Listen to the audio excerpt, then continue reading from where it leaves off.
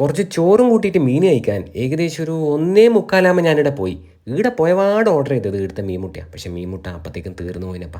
പിന്നെ അതിൻ്റെ ഒരു വിഷമം മാറ്റാൻ വേണ്ടിയിട്ട് ആ ഒരു സമയത്ത് ആടെ ഉണ്ടായിരുന്ന എല്ലാ പ്രധാനപ്പെട്ട മീൻ പൊരിച്ചതും കയ്യോടെ അങ്ങോട്ട് ഓർഡർ ചെയ്തു. ഇത് ഇവിടുത്തെ ആവോലി പൊരിച്ചാണേ. അപ്പോൾ അതും ചോറും സാമ്പാറും മീൻകറിയും കൂടെ കൂട്ടി കുഴച്ചിട്ട് പതുക്കെ ഇങ്ങോട്ട് വാരി എടുത്തിട്ട് കണ്ണ് പൂട്ടിയിട്ട് അങ്ങോട്ട് കഴിച്ചു നോക്കി. അതിന് ശേഷം ഈ അയക്കുറ പൊരിച്ചതിൽ പതുക്കെ വിരൽ അങ്ങോട്ട് അമർത്തിയിട്ട് ചെറിയൊരു കഷ്ണം ഇങ്ങോട്ട് എടുത്തിട്ട് അങ്ങോട്ട് കഴിച്ചു നോക്കി. മസാല നല്ല ടേസ്റ്റ് ഉണ്ടായിരുന്നു, പക്ഷേ ആ മീൻ അത്ര ഫ്രഷ് അല്ലേനും കേട്ടാ. പിന്നെ കൂന്തൽ കഴിച്ചേ.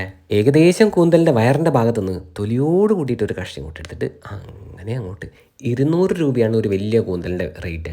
പിന്നെ മോരെല്ലാം ഒഴിച്ചിട്ട് ചോറവിടെ സെറ്റാക്കി വെച്ചിട്ടുണ്ട്. അതിലോട്ട് ആവോലി പൊരിച്ചതിൻ്റെ തലേൻ്റെ ഭാഗത്തുനിന്നും പിന്നെ വാലിൻ്റെ ഭാഗത്തുനിന്നെല്ലാം കഷ്ണം ഇങ്ങോട്ട് എടുത്തിട്ട് ലയിപ്പിച്ച് ചേർത്തിട്ട് അങ്ങോട്ട് കഴിച്ചിട്ട് പിന്നെ കല്ലുമ്മക്കായും ചെമ്മീനും കഴിച്ചിട്ട് ചെമ്മീൻ എത്ര പോലെയാണ് കല്ലുമ്മക്കായി കുഴപ്പമുണ്ടായില്ല കേട്ടോ. അപ്പോൾ ഈ സ്പോട്ട് വരുന്നത് കണ്ണൂർ പ്രഭാ ജംഗ്ഷനിലെ ആനന്ദ ഭവനാണ്. അതിന് ശേഷം നേരെ പുതപ്പാറ പോയിട്ട് നമ്മളെ ജാബർ ഖാൻ്റെ ഫിക് ഷേക്കും കുടിച്ചാൽ. അപ്പോൾ ശരി.